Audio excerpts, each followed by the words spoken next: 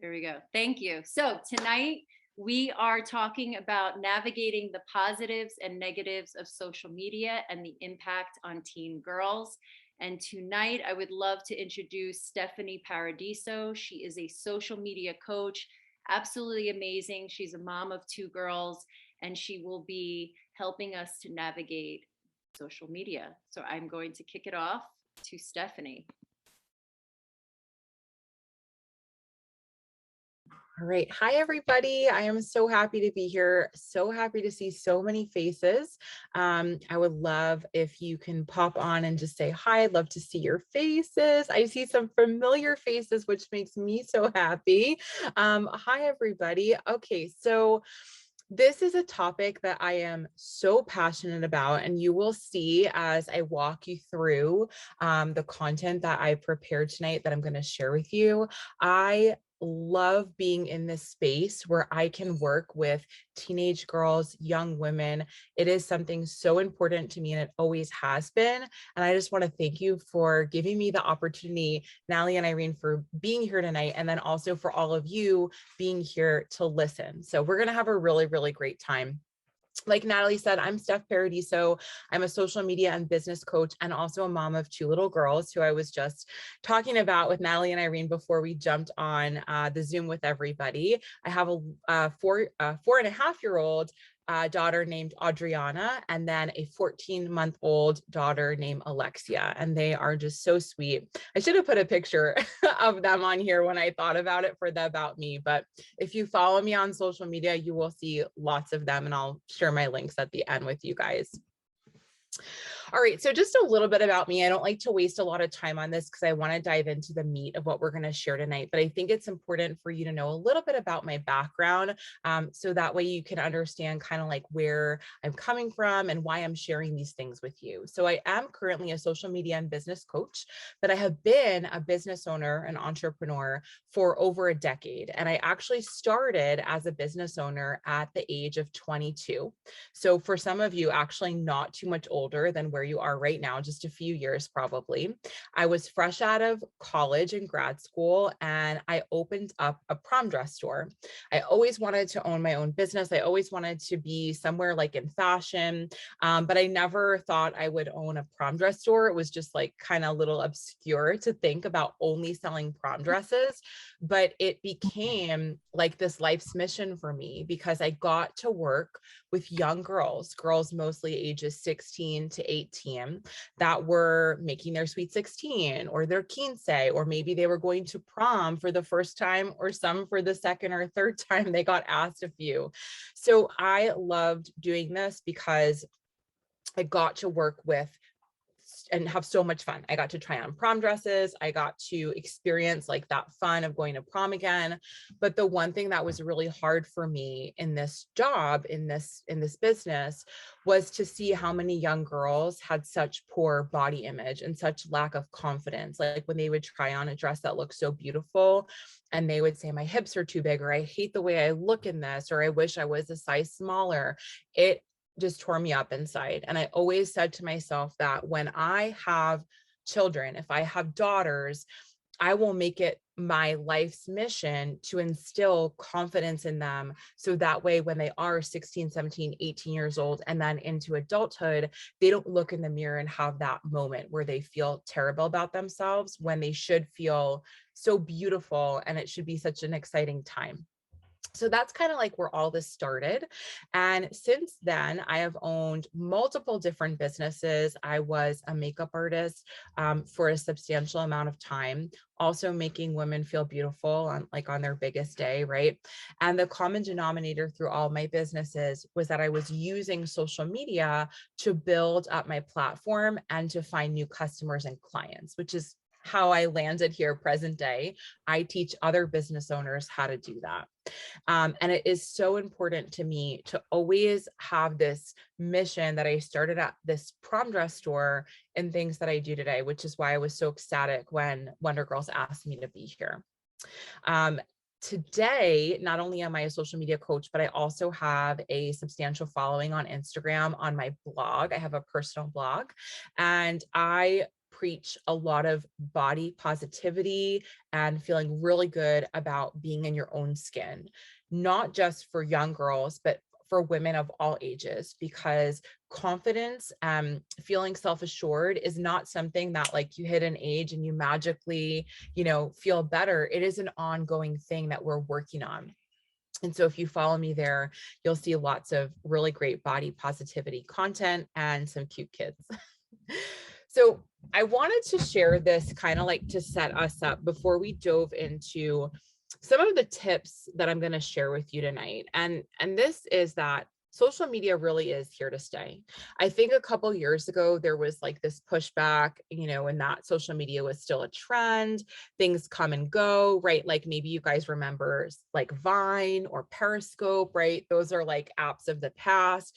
And so because these things were popping up and then kind of going away, people were like, you know what, I'm not going to adapt to this. It's not going to be around for long. And I think for parents, there was a lot of resistance to accept that our kids were using social media for better or for worse, right? Sometimes it was easier to say, you're not allowed to have Facebook or you're not allowed to be on Instagram. And then of course, what happens? Kids get Finstas, right? Like they're fake Instas or they're hidden Instagram pages. And then there's a lack of transparency. So I want to kind of change your positioning on this. And rather than thinking social media is all negative and I would rather my children just like not participate, it's really kind of like, a thorn in our side. It's bringing up a lot of issues. I want you to reposition your way of thinking around social media, because it truly is not a fad, but rather the next evolution as how we communicate as humans. Social media is so much ingrained in our everyday lives. It really has become part of our society, and it's very hard to escape it. Right? There are so many negative things that can come out of social media, but also there are a lot of positive things that are happening. Like people are literally building businesses through social media, utilizing it to connect with people that they haven't seen in many years, finding family members, right? There's so many really cool things that can happen. And I want to shine a light on that tonight as part of our chat here. So that way we understand that social media is truly just a part of our society and not to be looked at something that we have to constantly police, but rather adapt to. And the proof here is that if you guys remember, right in the chat, if you remember this happening, because it just happened, Facebook shut down a couple of weeks ago, right? Like, do you guys remember that? No Facebook, no Instagram, no WhatsApp, because they're all owned by the same company. And what happened? Well, for one, people didn't know what to do with their thumbs all day. That was me, because my entire life is on Instagram, on Facebook, right?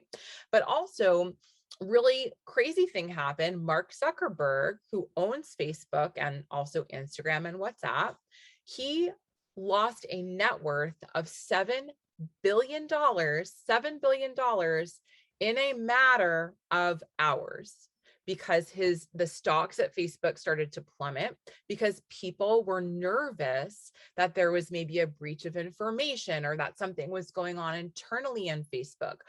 Our lives are way more, intercepted in this web of social media than we even realize, right? And so taking a step back and really seeing the good and the bad, which is what we're going to do tonight, allows us to choose where we focus our time and our efforts. We're going to talk more about that. And so tonight is really this dynamic between how a parent can create awareness, and rather than become a police officer, somebody that can be like a social media partner almost for their teen or their child. And for the girls, the teens on here, really being aware and really being mindful of how you use social media, the time that you're spending on it, what you're choosing to consume, right? We're going to dig into this a little bit more. So a couple of weeks ago, there was this really interesting article that was published. The Wall Street Journal, I think, was the first to kind of dive into it. And it was all about this internal research that Facebook had done on Facebook and its additional apps that it owns. And it showed, and I don't think we really needed the study to know this, right? It showed that teen girls felt poorly about their bodies because of what they were seeing on social media. And it also showed that the mental health of teenagers was highly impacted through the use of social media. And the hardest part about all of this is that Facebook has significantly downplayed, right, its internal research and its findings. And there's not a lot of discussion about it, or actually a lot of, steps to help this and alleviate some of these negative impacts that teenagers are seeing from the apps. So what does this mean for us as parents? And what does this mean for actually anybody that's using social media and consuming social media? We need to understand how to use it in a healthy way, right? We need to understand how to have boundaries and how to be really mindful when we go into social media, when we're in Instagram or Facebook or Snapchat or whatever you're using, how we can actually create a more positive experience for ourselves. Because if Facebook and Instagram don't care, they're not going to do anything about it, right? We have to take that responsibility as parents and as consumers of content. So I want to share with you just a quick excerpt from Time Magazine. I found this to be so incredibly shocking in many ways, but also really sad.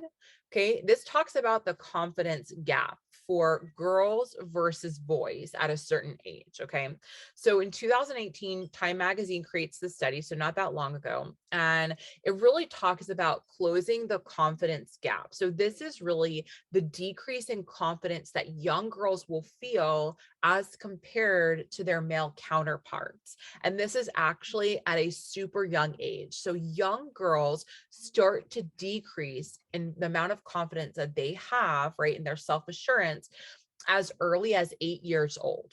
It is so mind-blowing because I think about that. My daughter is 5 and she is so fierce and so confident right now. And it breaks my heart to think that in just a few years, 3 years, she could go through this herself, right?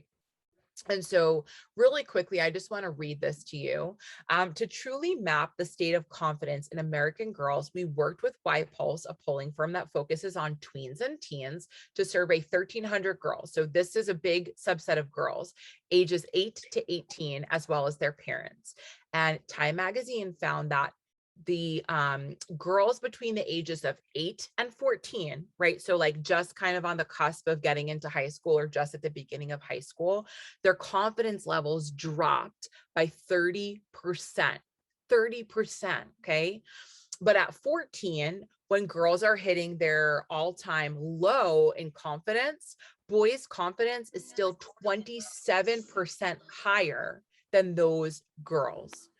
This is where that confidence gap begins. And this tender age of 8, 9, 10, 11, we are creating that awareness that perhaps we are lacking, or having this idea that we're lacking, and that sticks with us. And it can stick with women for a lifetime if the confidence gap is not closed. And that's what we're going to focus on a little bit in the rest of the slides here. How can we prevent that confidence gap from being increased and trying to shrink it so that way we feel more confident and more self-assured as we move from middle school to high school to college and then into adulthood, right? And so we can move into the real world feeling super ready to tackle whatever is going to come our way, rather than not feeling like we're good enough, right? We don't want young girls to graduate college and, apply for jobs and feel not worthy or not good enough, right, in order to get that job.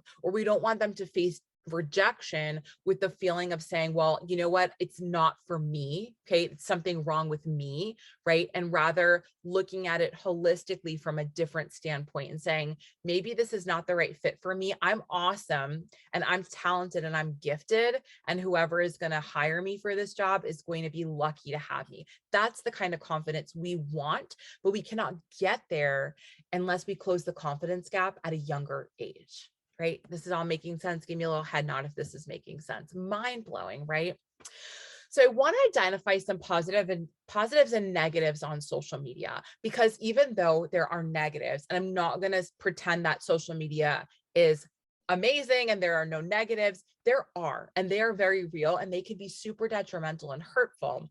But for every negative, there are so many positives that we can find. So I want to kind of change the way that you look at this. So let's start with some positives, right? Let's go on a high note first. So the first positive thing about social media, in my opinion, is the community that you can find.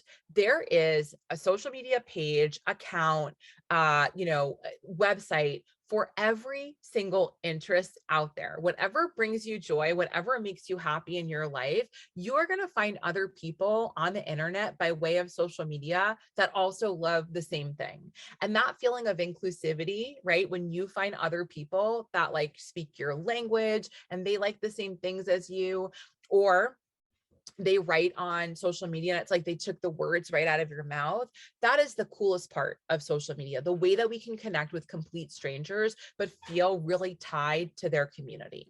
And that's my like number one priority on my blog Instagram account. I want to create community. I want to create a place where people can come that are struggling with body confidence and feel like, I feel this way too, and you make it okay to feel this way, and you make me feel empowered to actually change my thinking. So community by far is my favorite thing about social media. The next thing that I love is connection. It allows us to make friends that we are so far away from, right? Maybe we've never met them in real life, but we connect with them and they're like really awesome people that you would not have the opportunity to meet if it weren't for connecting through Facebook or through Instagram or through Snapchat, right? I have lots of friends that are in the blogger community that I would have never met in person. And we're so close. We text all the time. So it's really a cool phenomenon as well. And then the last piece is inspiration. You can go on Pinterest, which is another form of social media. You can hashtag on Instagram. You can look through Facebook groups and you'll always find either something you want to do or make or recreate or feel inspired by. And it's like an endless pool of really cool things that you would aspire to do, be inspired to do. And I think that that's also a really fun part of social media and another way that we can use it positively in our lives. I think inspiration is one of the things that I take away as a user of social media. I love to be inspired by other people's art and content and photos and projects, right? I was telling Irene and Natalie how I went on Pinterest and I learned how to do a mummy meatloaf for my kids tonight. So that is a cool thing. We can learn from other people. And then, of course, there's lots of negatives as well. And this is the dark side to social media. And this is the side that can really impact, this is about teen girls, but it can also impact women. And it can really deteriorate the way that we feel about ourselves, especially if the confidence gap is already super wide, right? This can only add to it. And so a lot of times social media is very unrealistic, right? We can easily in today's world Photoshop a picture. We can add a filter. Filters are insane. Like the things that you can do on Instagram stories and Snapchat to like totally change your face. So the point here is that a lot of times what you see on social media is not actually the reality for anybody, not for that person and not for anyone else, because it's distorted and it's changed and it's edited and it's a fabrication of what is actually happening, right? That's one piece of it. The other piece of it is that social media is a literal snapshot in time. It is exactly what that person wants you to see, think, or believe when they take that photo or that video. And you're not seeing the 360 version of it. You are just seeing that one frame. And a perfect example to this is, a lot of times people will message me on Instagram. They'll say, your house always looks so clean. And I'm like, it's because I'm forward facing of the mess. The mess is like all around me. You're just not seeing it in the shot, right? And then, this is a couple of years ago, people would say that. And I said, you know what? It's important to me to show that that's not the reality, right? I want other people to realize that it's not perfect. And so We're going to talk about following accounts that are more transparent. But this is, the truth. There are so many things out there that can create the illusion of perfection. And that can also lead to comparison. So when we see somebody else, if their skin is perfect, or their hair looks perfect, or their house is perfect, whatever it might be, it's so easy to say, I don't have that, I lack that, and compare ourselves to that other person, when again, we're actually not comparing it to the reality. We're just comparing it to what they want us to see. And so I put this picture of Britney, and no shade to Britney. I actually feel like I should use a different picture. She's been through enough. But this is a great example because for many years, Britney Spears was the pop queen. Everybody looked at Britney Spears, and she also was super popular when I was growing up as a teenager, and editing and Photoshop and making everything airbrushed was like all you saw. It was everywhere. And so removing tattoos, removing cellulite, smoothing the body over, this is something that was kind of reserved at one time just for like magazines and pop stars. But now anybody can have access to this through just a couple of apps on their phone. So I really want to stress this point that the negatives of social media are actually not even the reality. And we have to understand, we have to discern, right? We have to be mindful and figure out, okay, what is real and what is actually fake, and being mindful to stop comparison in its tracks when we start to feel ourselves doing that. So I want to do a quick little activity here, and I'll check the chat while we do this. So pop their answers in the chat. Can you give me an example of a time when you didn't feel great on social media? And can you share a time where it did make you feel great? So I'll share my example, and you guys can feel free to pop in the chat. A lot of times as a blogger and as a social media coach, I have friends that are growing, right, a lot faster than me. And I'm comparing, myself without really knowing their true journey, like when they started, what they're doing behind the scenes, right? So it's so easy to also compare number of followers or number of likes. That could be also really detrimental as well. But a time where it does make me feel great is like, I finally feel like I found my people. Growing up, and I shared this with Natalie, growing up, there were not a lot of actresses that were a size 10 or a size 12 that looked like my body type. I grew up in the 2000s where it was like low-rise jeans and Victoria's Secret fashion show with super thin models, and I never saw myself in any of them. And I always share the one example of Sisterhood of the Traveling Pants. If you've ever seen this movie, the actress America Ferrara is one of the stars, and she looked like me finally. But the whole thing of the movie is that how unbelievable it would be that a pair of jeans would fit her skinny friends and her. So, even there, we still weren't there yet, right? But now today, present day, I can go on Instagram, I can go on Facebook, and I can find people, women that look like me, and I can feel included. And that is such a great feeling. That's one of my favorite parts about social media. Okay, I'm going to look at some of the answers here. Okay, didn't feel great when I didn't get as many likes as anticipated. Yes, I'm so glad that you brought this up, because that is something that impacts a lot of people. And I feel the same way too. Sometimes I put up a great post and I'm like, oh, this is going to get tons of engagement, and it doesn't, right? But it's not a reflection on us. When I saw people having fun when others weren't. Yeah, I think also social media can allow us to feel left out because it's this inside view as to what other people are doing in their lives. And sometimes when we're uninvited, that cannot feel so great, right? When I talk, but also to that point, maybe they were at a party and it looked really fun on Instagram, but it was super lame, right? Because they're only letting you see what they want you to see. When I talk to my friends who Snapchat or pay attention to accounts like Wonder Girls, I love that. Yeah, it feels good when you receive love and comments on your photos. Yeah, it certainly does. Yeah, when someone makes a nasty comment, I've gotten nasty messages too on Instagram, like really, really mean. But then on the flip side, when you make great friends purely through meeting through Instagram, I love that. I also feel great, Alex, when I see things I can relate to on social media as well. And I think that even as a grown woman, sometimes it hurts to feel uninvited and to be left out. So this is a really good point, and I'm glad that you guys have brought this up. So many times we ask, why wasn't I invited? Right. And we start to feel insecure because maybe they don't want us there. But the truth is, we have to remove ourselves from that. And when somebody doesn't include you, a lot of times it is more so about them than it is about us. And we have to kind of restructure our minds to think that and allow it to just roll off our back. Yeah, feeling left out. I think left out's a big one for adult women too, Gilly, especially if we felt that way when we were teens, right? Again, that confidence gap, it kind of sticks with us. Yeah, for sure.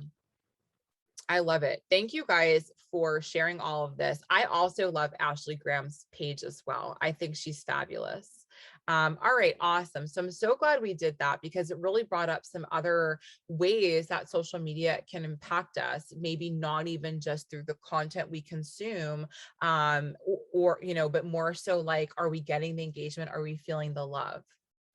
So I want to talk about content actually, and the good, bad, and ugly when it comes to what we are actually seeing on the internet. And so I want to point out, especially to parents, that for every post out there that could be detrimental or is, something that maybe we would consider edgy or scandalous or content that we maybe wouldn't want our daughters to see, there are so many posts out there that are empowering and will speak confidence into these young girls and into women in general. So when I can find stuff like this, your worth has nothing to do with your weight. I love this. And I want to see more of this type of content. I want to consume stuff like this on Instagram. It brings me joy. It makes me feel good about myself. And I really try to make a cognizant effort, right, to only consume things that make me happy and not look at things that make me sad. And I know that this is easier said than done. But just like with anything else in life, when we build a habit, we retrain our brain to think this way. And so I want to challenge you in the next couple of days when you're scrolling to put like a red light, green light. Okay. And when you see good content that makes you happy, be aware of it, be mindful and say, yes, this is a green light moment. And then when you see stuff that is icky or doesn't make you feel good, I want you to say red light. And the more often you do this, even though it sounds kind of obvious, the thing is that we're mindlessly scrolling and our brain is making determinations for us, whether we realize it or not.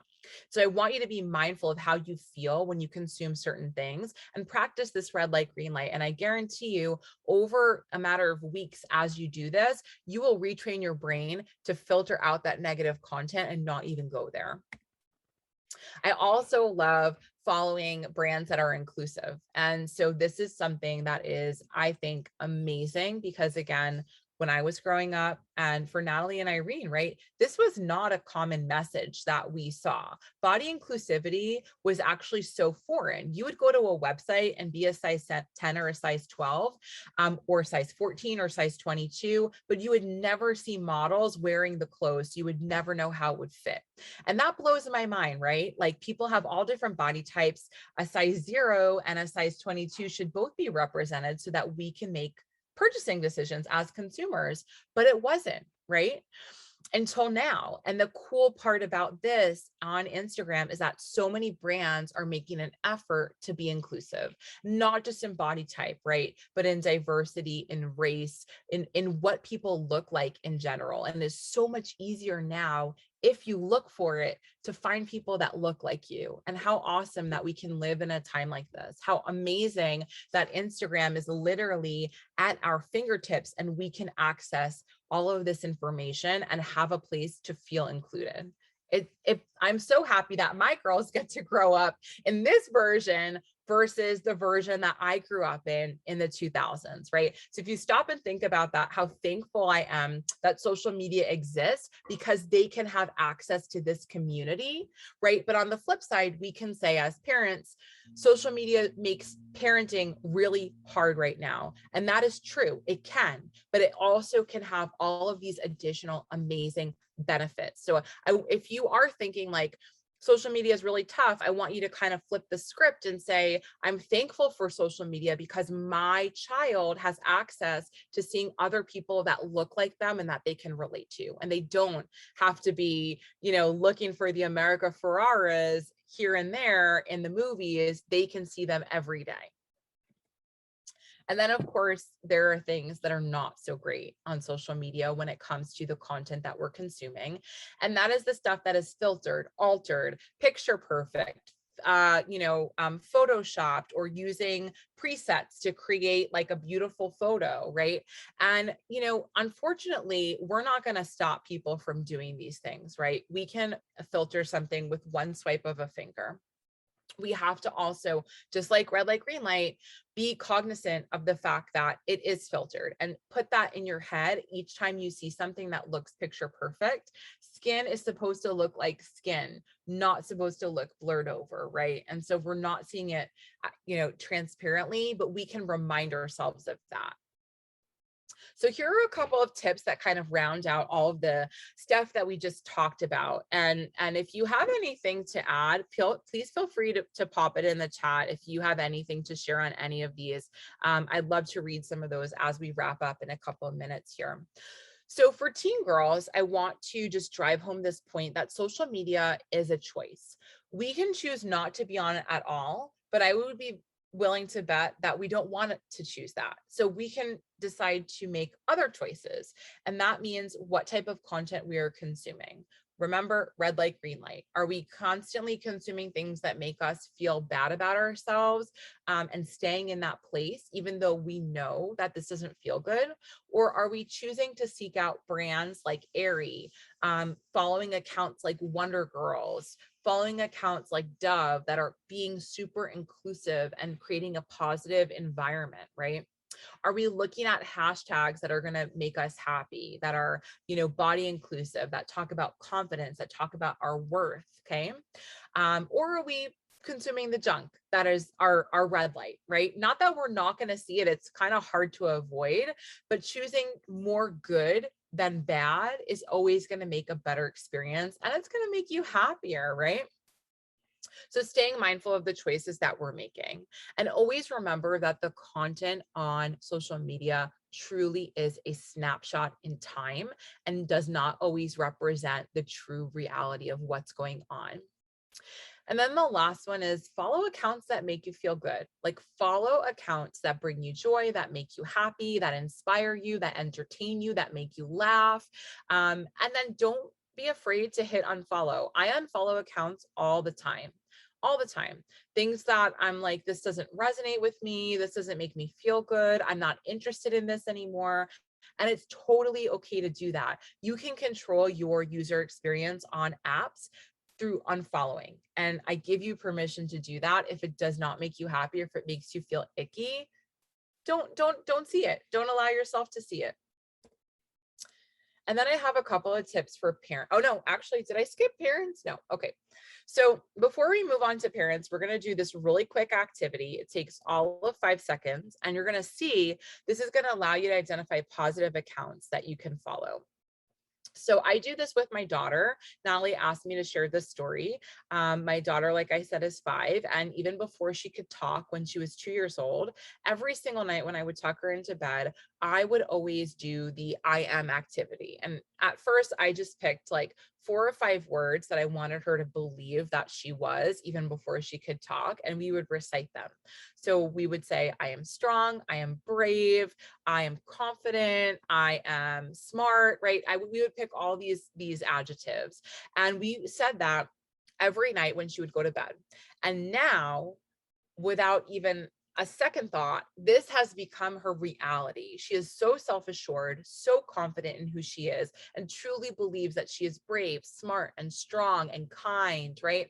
So I want to do this activity with you. And I want you to just think for 5 seconds, 3 words that you are. Okay. So I can say, I am smart. I am capable. I can do hard things. Those are my 3 that I always say to myself. But I want you to pick a couple and pop them in the chat.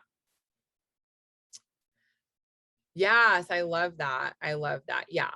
So, so, so important to remember these affirmations, because what you tell yourself, even if you don't believe it today, if you repeat it enough, it will become your reality. And I promise you that is true, because I see it with my own daughter. I love this. I am generous, loving, magnetic, and giving. I am caring. I am positive, powerful, and confident. Okay. So if these are the things that you believe you are, right? If these are the things that you want to be, that you possess, why are you not following accounts that also represent that? Okay. Take these words, and when you scroll through social media and you find somebody that also would say, I am determined, I am positive, I am powerful, I am confident, I am giving, loving, follow those accounts. This is how you're going to identify the things that are going to resonate with you and make you feel better about yourself. I'm a good listener. I like that one. I do say that with my 5-year-old too. That's important. So you can take out your piece of paper. You can feel free to do this afterwards as well. And I want you to write out all of the affirmations you just told me here. And I want you to pin that somewhere where you're going to be able to see it every single day, or even keep it in the notes of your phone and recite this and make it your reality. I promise you it does work, and it will allow you to follow other accounts that align with those words. Okay, so real quick, how can parents and educators support our girls, right? How can we, rather than be police officers, be partners?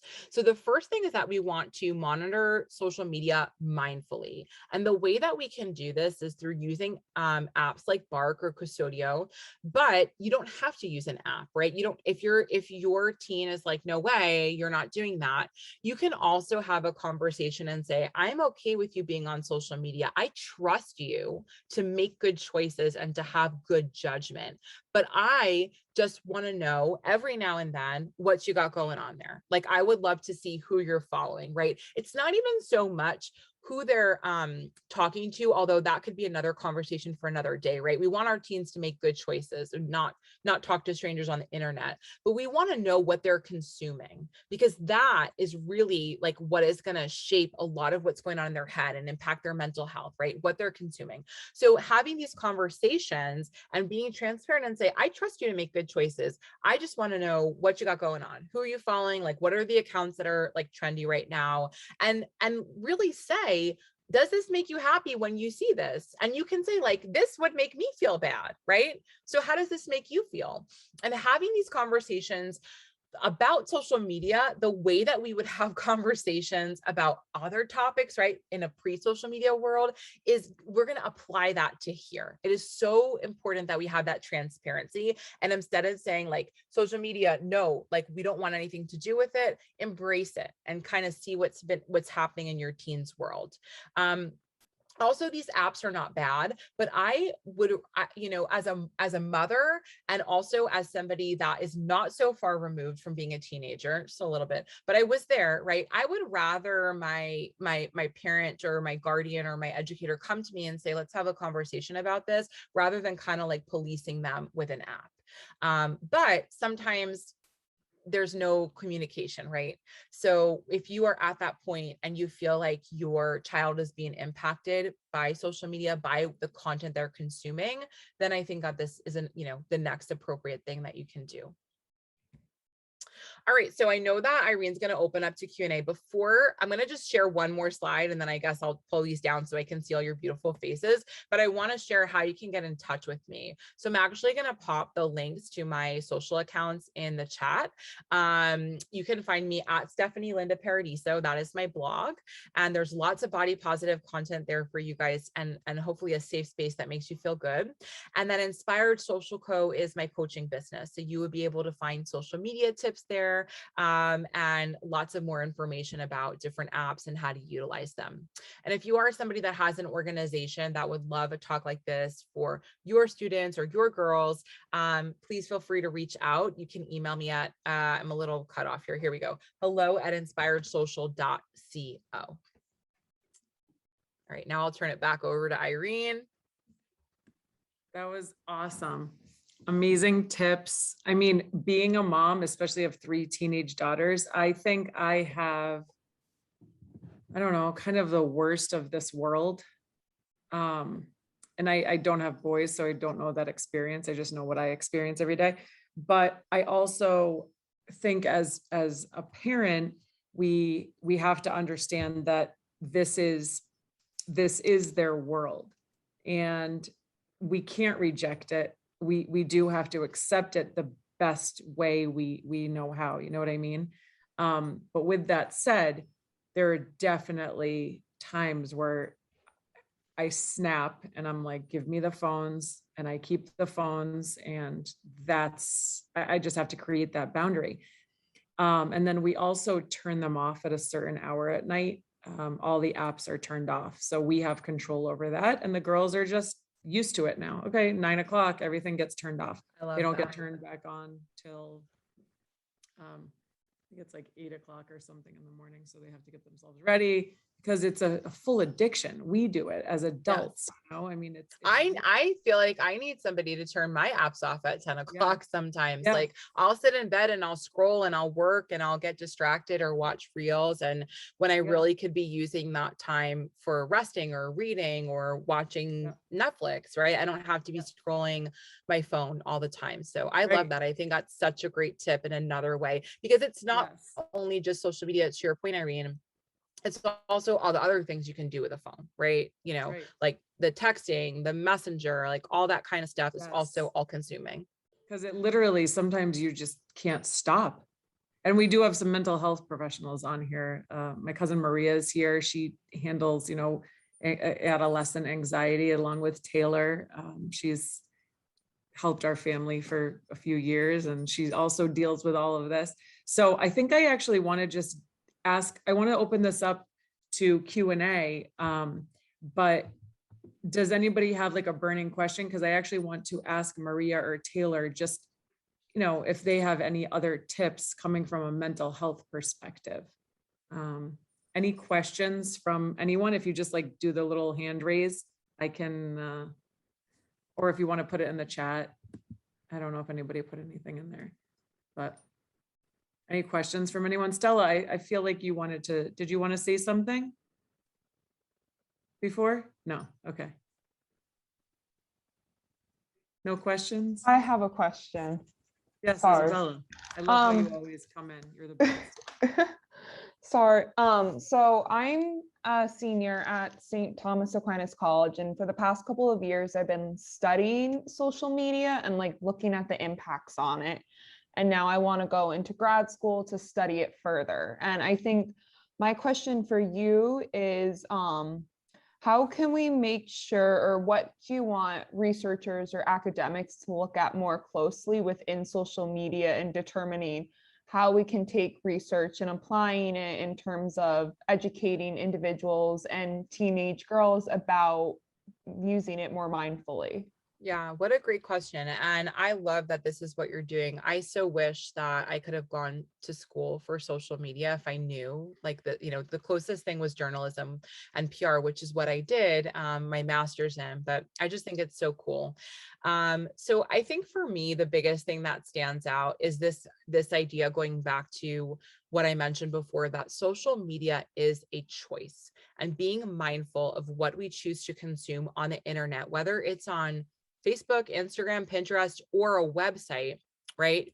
What we choose to consume is completely and entirely up to us. And we have to retrain our brain, right, to understand that. I think that there are very few filters on Instagram, right, in terms of like like Instagram cannot possibly control all of the content that's going to be a trigger for us, because all of our human experiences are so different in the way that we view the content, right? Something could be totally innocuous to Irene, but like set me off and make me feel bad because of an experience that I've gone through, right? So I think that this idea of being mindful, and also remembering that Instagram works off of algorithms, and the more you consume of one type of content is what Instagram will think you want to see more of. So the more you consume the bad content or the content that's triggering to you, the more you will see it. And then it becomes like this vicious cycle. So that's why red light, green light, retraining your brain is so important, because you can stop and say, this makes me feel good, and then do more of that. And then in turn, Instagram will show you more of that. But yeah, I think that this idea of that we still have the, we are autonomous in that we can make our own choices as to what we consume. And we don't need social media to kind of like hold us, you know, in its chokehold, so to speak. Thank you. And also, You're would you welcome. be open to talking offline or off this? Yeah. Yes. Okay. I thought your question at first was like, you know, career direction, but I would very much be happy to talk with you offline. Okay. Thank you. You're very welcome. I want think to, Haley has a oh, question. sorry. Go ahead, I just Haley. had a quick comment. First of all, exceptional presentation, Steph. Thank you so much. And I really like the positive spin on it. And I want to add one more positive thing as a mom who's been through it now 3 times.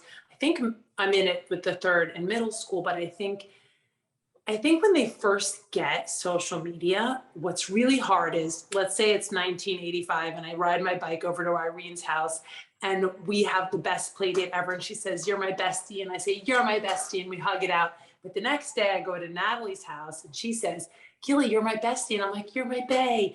But today they hang out, they post it. So the day later, you're like, wait, Natalie said she was my bestie. Like, she's also Irene's. Like, so it's learning to navigate it. And so once you sort of like guide them and show them all the good that can come from, you know, navigating it and understanding, well, she's also your bestie, you kind of grow a little bit of a thicker skin, and then it gets a lot better in high school. I think what's really hard about it though is that seeing people, so if adults can see someone at a party that they're not even that close to, and they're like, why didn't I get invited?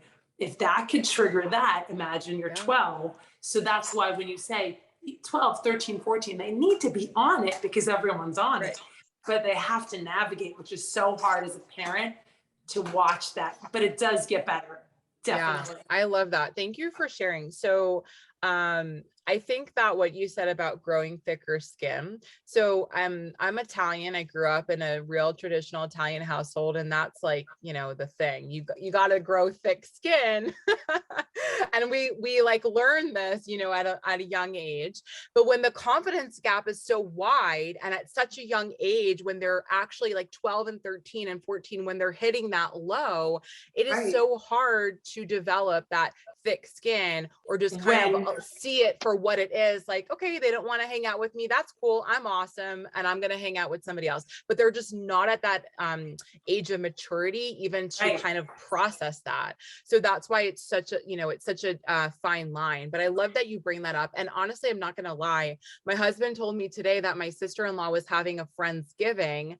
And I said, well, why am I not invited? He goes, well, you're not a friend. I said, but I want to go to the Friendsgiving. So, you know, and now at 32 years old, I'm like, all right, you know what, I guess she doesn't want her, you know, sister-in-law there, but, and that's cool, whatever, you know, I could just let it kind of glaze over. But when you're 12 or 13 years old, you know, it stings a little bit more. So I totally get that. Yes, but if you never, this is my last one, but if you never use it, and you never trigger somebody, you're always going to, because always someone is either maybe wanting something that you might actually inspire them to do, or, and you just, but you will, if you play it safe and you never do anything, then you will never really truly be yourself. If you do want to put yourself out there on social media, grow your business or grow your community and all of that.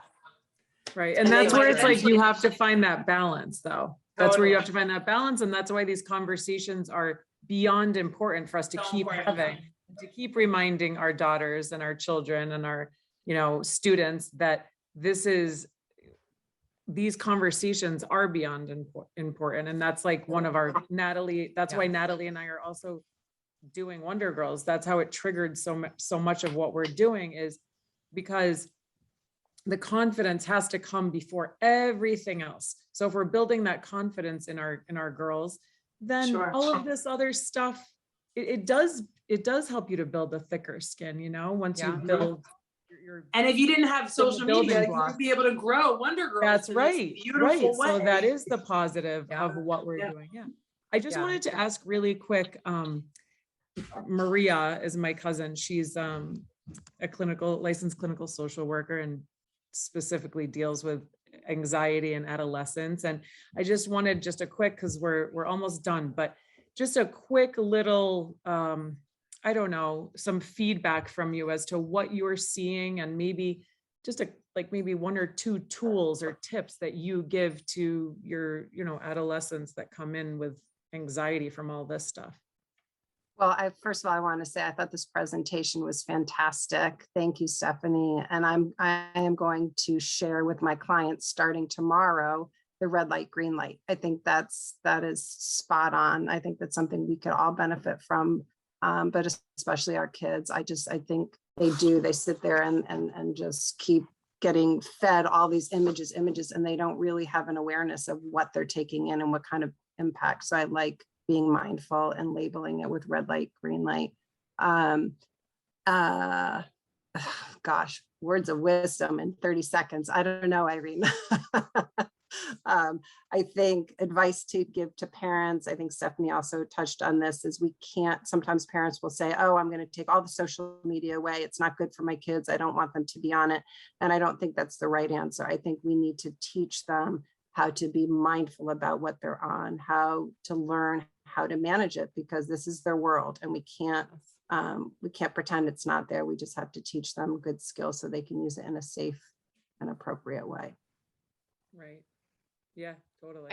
I also want to just point out, just even being not only co-founder of Wonder Girls, but just having my own business, public relations, is and hiring other people, is the importance of what you post on social media and being mindful of the images what you're putting out there that you're posting out there. And I know it seems like the trend today with young girls is posting themselves in bikinis and bathing suits. And of course we want to celebrate our bodies and be confident in our bodies, but you do have to be very careful with those types of images. We are actually going to do a workshop on that in January about, child trafficking, online poaching, the seriousness of it. As adults, we can filter through these messages, but sometimes teen girls are receiving messages and they're falling victim of these horrific actions by people, and we want to make sure that you're being safe and being protected. So we will be the girls doing and I another just workshop talked about this last night in January. But I do want, for college, for high school, for babysitting jobs, for jobs, people look at your be aware. social media. So the things that you post can greatly affect and impact your future as well as your current status. Irene and I know a young girl who her scholarship was taken, a full ride sports scholarship was taken away from her because of what she posted on social media. And a friend, and it was it wasn't tattletale. It was, and her friend called her out on it, and the school said, you're not coming here. We can't have someone that makes comments like this coming here. And that was it. Scholarship taken away. Her life has changed forever. And it actually created a twist in her life. And now she speaks to young girls and or young people and tells them what not to do. She started her own nonprofit group. That's right. Yeah. And she teaches like sports kids to like be careful what they're posting on social media. Right. Really cool, actually. I love that. Stella, do you have a comment? Okay, I don't know if you already said this, but like also like what you put out there like reflects on who you are. So like if you're gonna post something like bad, you know, like kids at school like might see you differently, or like your friends might see you in like a way that you might like not want them to see you as, if that makes any sense. Yeah, Yeah, absolutely. sure does. Stella. Another thing to add to that also is that, you know, remember that the words we put on social media, those are two-dimensional. People read them the way that they want to read them in their head, just like a text message. So there's a lot of room left for interpretation. And I also definitely will say that I do think that social media is a tremendous reflection on you, and people do check your social media when, like, I mean, I've had many babysitters for my kids over the last couple of years, and I always will look at their social media. You know, so that's important. But the other thing too that I want to bring up, slightly off topic, but still related to this young girl that lost her scholarship at 16, 17, 18, 19 years old, when something bad happens, right? When something like that can happen, that is a tremendous loss, right?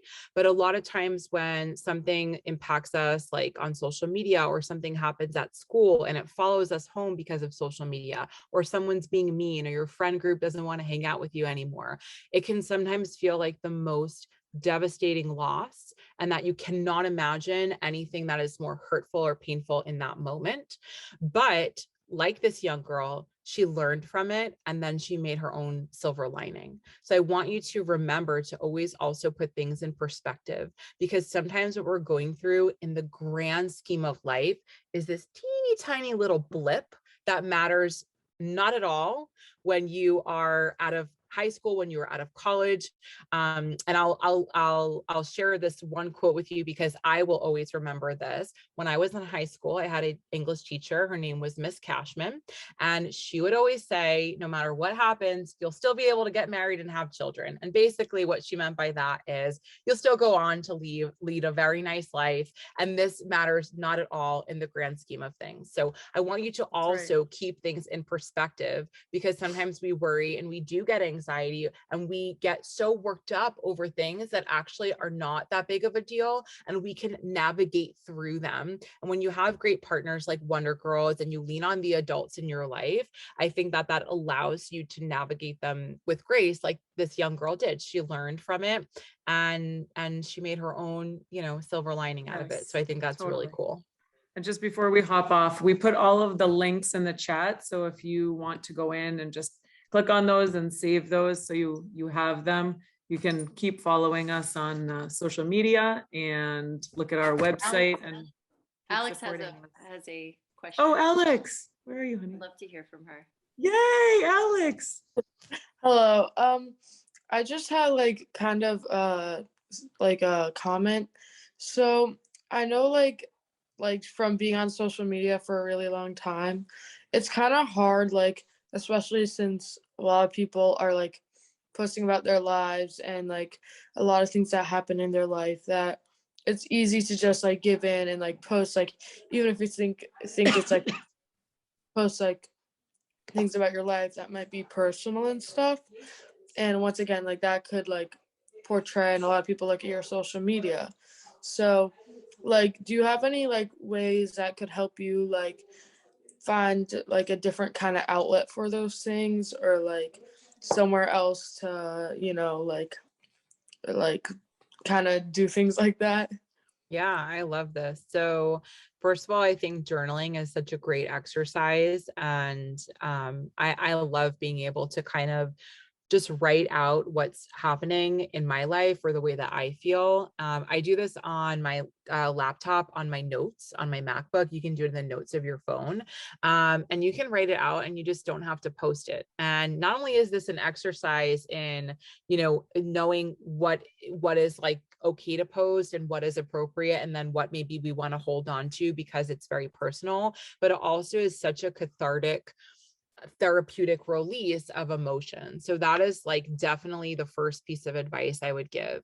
The other thing too is that even though a blog is also still on the internet and is still searchable, I think it's a different medium. And it sounds like with this young woman that lost her scholarship that somebody called her out on it, but and whatever it was really not good, right? But sometimes there are things that are actually not really so hurtful, but other people in our lives want to be hurtful to us and will screenshot and will share. So sometimes a blog, right, can also be this like different space that's not on Instagram. That could even be something that you do for yourself and it's still out there and you can still share it if you want to, but you don't have to.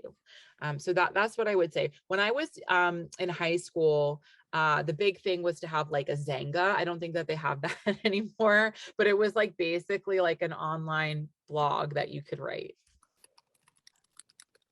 And Alex, another awesome thing that you could do, you can also make it anonymous if you want. Wonder Yes. Girls, we have our on our Wonder Girls website. We love having teen girls write for us. So you can always make it anonymous. We don't have to tell anyone who it's from, and you can totally share your experience and personal things that you can share with the world, but nobody really knows it's you. And I think just having mentors in your life too, someone people you can talk to. For Yeah, sure. the other Steph, thing I loved this so much. I have to hop off, but can I hire you to come and hang out in my house? For your, like, I know you're a little bit like older than a babysitter, but maybe not that much. I feel like you would just I am like, a babysitter every single day of my life. every single day. Your girls are absolutely delicious. You are wonderful. Sure. Well, Thank you so much. If you have good snacks, then I'll come. But if you don't have the good snacks, I will make good snacks. I promise. Thank you for being this. Amazing. Thank you all for taking time at 7:00 on a Wednesday night to be with us and to listen to Stephanie's words of wisdom and for us all to just be together. This is what it's all about. And we love your support and we're grateful for all of you. So thank you. And we hope to see you on our next one, which is November 16th. Yes. And that's going to be, the topic is going to be on identity and embracing who we are, our authentic selves. And Rachel's an amazing speaker. So I hope to see you all there. And anything else, Natalie? Yes, I'm going to send out a link that is an anonymous survey just so we can get some feedback from you all on this workshop and have some wonderful testimonials to add, hopefully, to our website and for Stephanie to use. But thank you everyone so much. I look forward to seeing everyone again next month, and I appreciate you all taking the time to be with us. And please spread the Wonder Girls love. Yes. Good night, everybody. Thank you guys. Have a great night. Thank Bye. you.